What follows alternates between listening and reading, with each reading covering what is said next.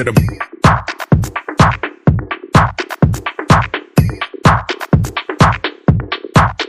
straight to the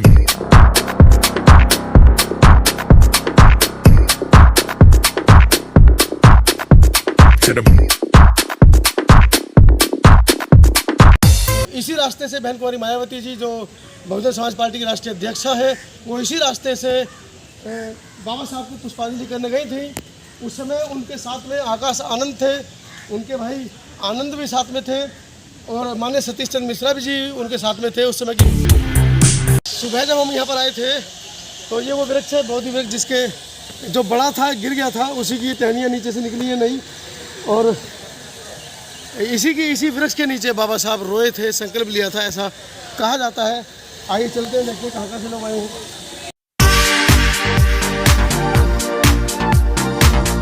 और ये वृक्ष आपको दिखा रहा हूँ, ये वही वृक्ष है जिसके नीचे बाबा साहब कभी बैठकर इस दलित शोषित पिछड़े समाज को, उसकी दशा को और इस शोषण से भरे हुए सामाजिक ताने बाने को तोड़ने के लिए संकल्प लिए थे।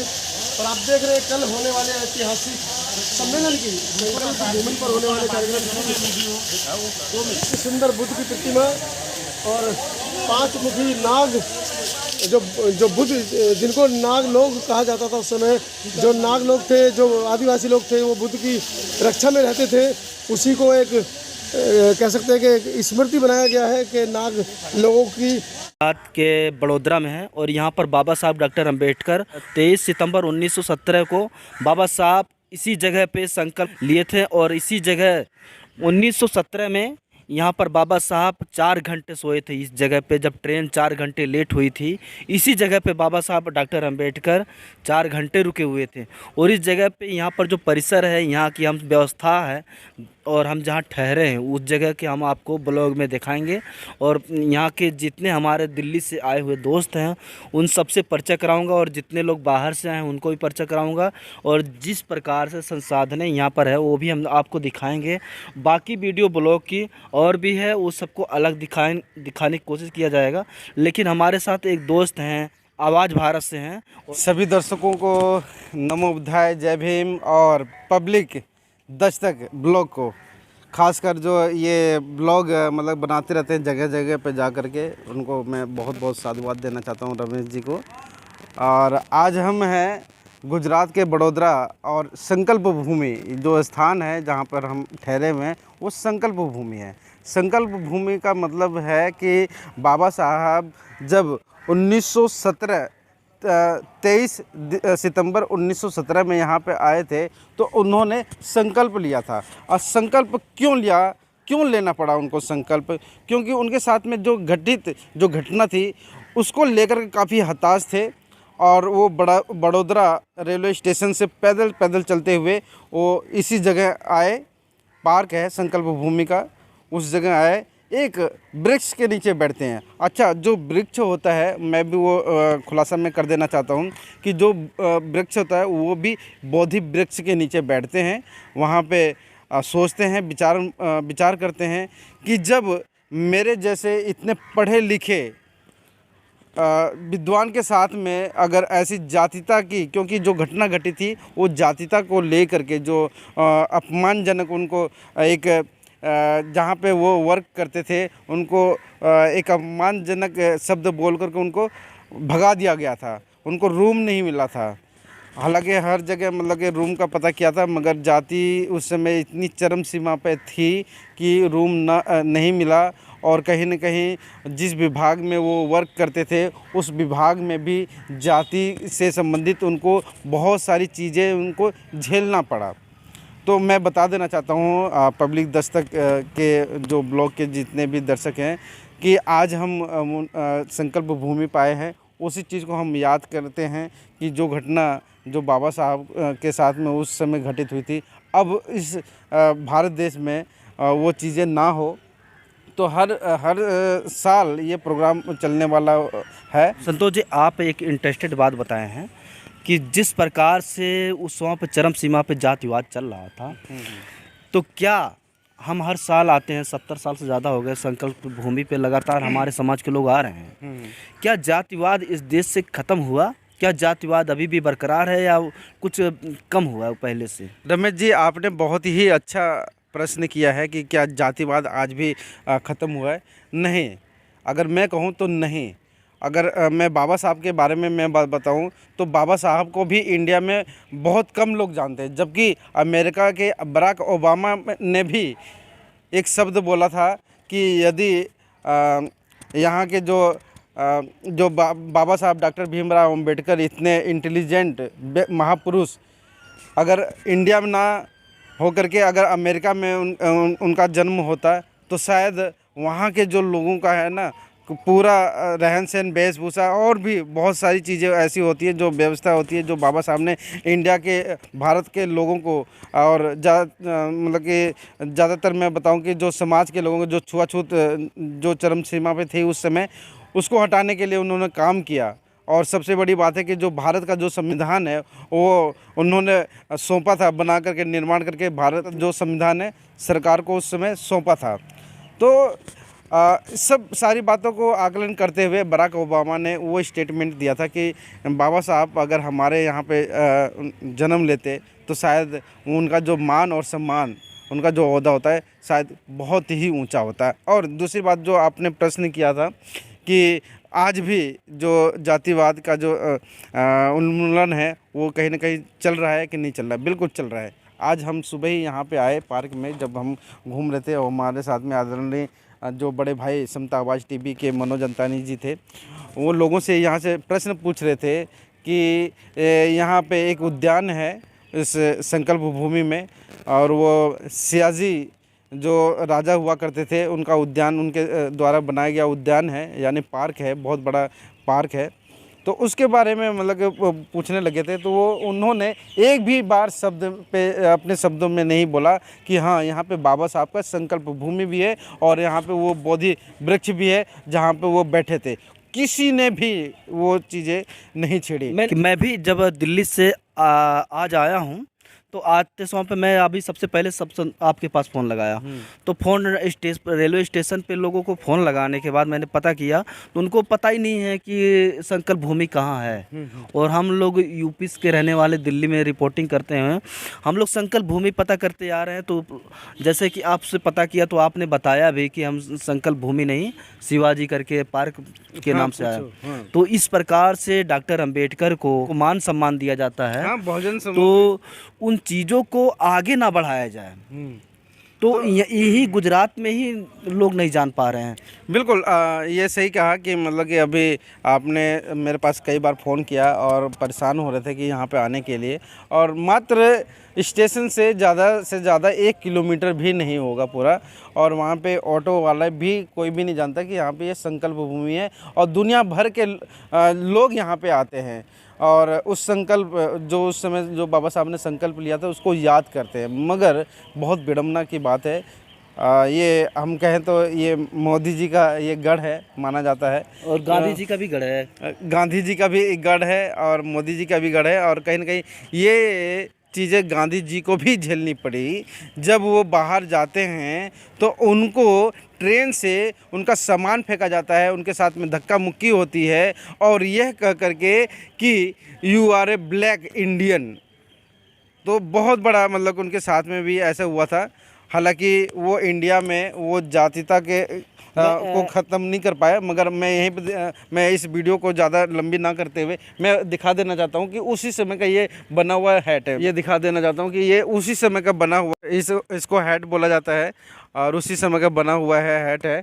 और बाबा साहब कहीं ना कहीं इसी रूम में वो ठहरे हुए थे, और जब हम यहाँ पे ठहरे हुए तो वो यादें जो हैं बाबा साहब की वो ताज़ी हो जाती है कि किस कंडीशन में उस समय जो कंडीशन था किस प्रकार से था और कितना सहा होगा उन्होंने। साथ समता आवाज़ टीवी के संस्थापक हैं सर जी, आपको पब्लिक दर्शक को बहुत बहुत स्वागत है। धन्यवाद रमेश, आप दिल्ली से पहुंचे हैं और दिल्ली भी किन विषम परिस्थितियों में आप कमरा किराए पर रह रहे हैं उसके लिए पहले तो आपको बधाई।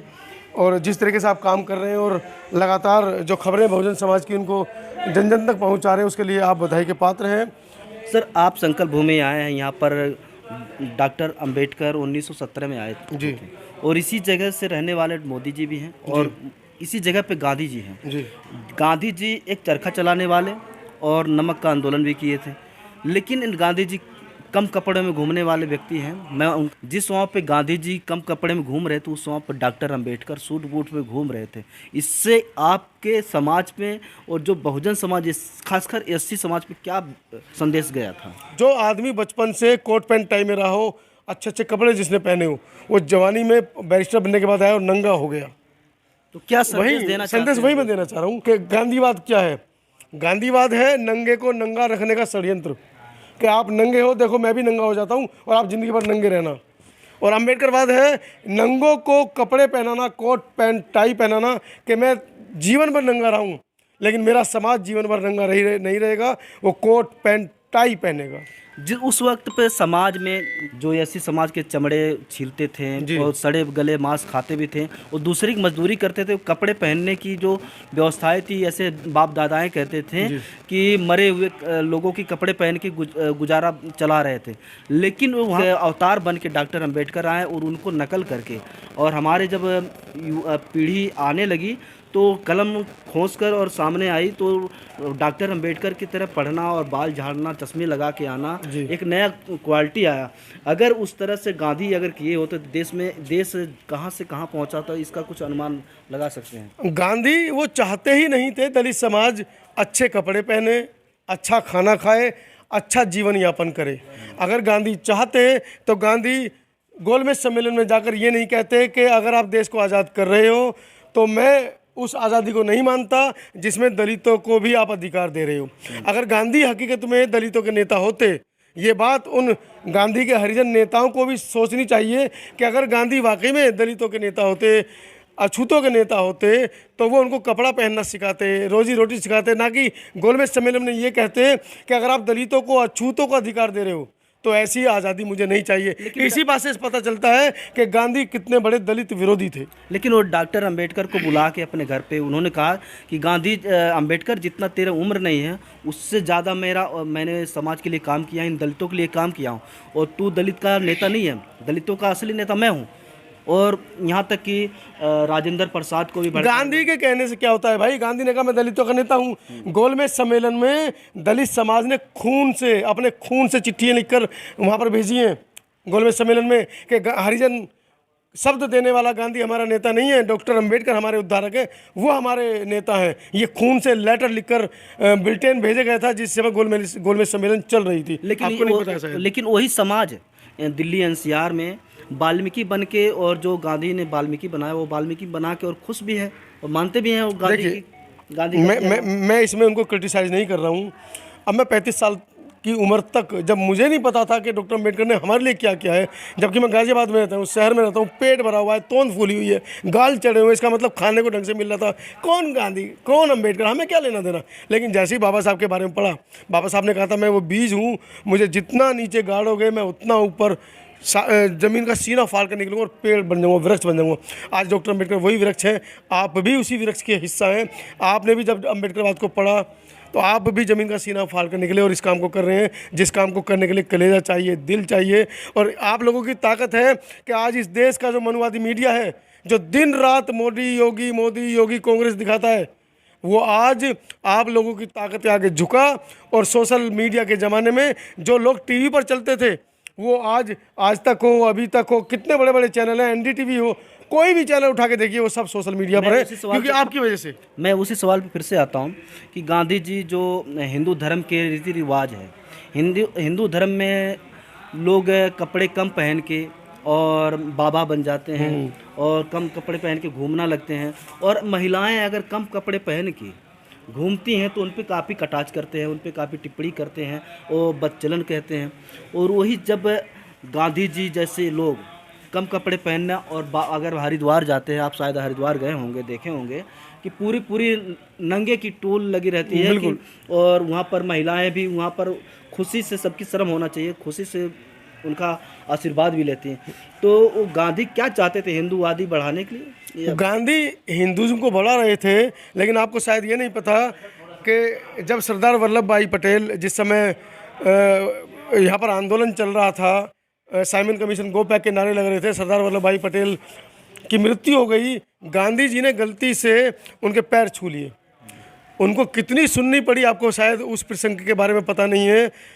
गांधी जी क्योंकि तीसरे दर्जे के शूद्र थे, पहले ब्राह्मण फिर क्षत्रिय फिर वैश्य, वो तीसरे दर्जे के शूद्र थे। जब उनको हड़काया गया, डांटा गया, तुमने हाथ कैसे लगा दिया लाश को, और उस लाश को दोबारा गंगा जल से नहलाया गया, उसके बावजूद भी गांधी को ये अकल नहीं आई कि मैं शूद्र हूँ और मुझे इतने लोगों के बीच में जलील होना पड़ा, ये कैसा हिंदू धर्म है। लेकिन डॉक्टर अंबेडकर जो बचपन से झेल रहे थे इस जातिवाद को, जैसे ही वो बड़े होते हैं और उनके हाथों में कुछ किताबें आती हैं या वो बाहर कहीं पढ़ने जाते हैं, वो वहाँ से पढ़ कर आते हैं, तब इस बात का वो बदला लेते हैं कि मैं अपने समाज को ऐसा बना कर जाऊँगा कि जीवन में हमारा समाज किसी के सामने सर नहीं झुकाएगा। और आज वो दिन है, हमारे आपके जैसे युवा दहाड़ रहे हैं। लेकिन सर झुकाने की अगर बात किया जाए तो पूना में बाबा साहब को इसी गांधी जी के द्वारा सर झुकाना पड़ गया, मजबूर होना पड़ गया।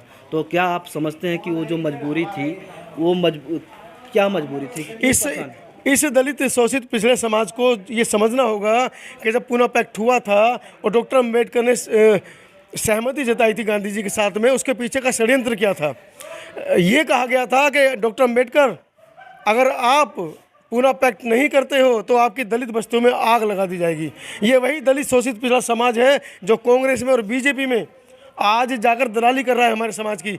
इसी समाज के लिए डॉक्टर साहब ने कहा, डॉक्टर अंबेडकर ने, कि नहीं, मेरे समाज के साथ कुछ नहीं होना चाहिए, क्योंकि उस समय हमारा समाज प्रबल नहीं था, लड़ाका नहीं था, कहीं ना कहीं दबा कुचला था।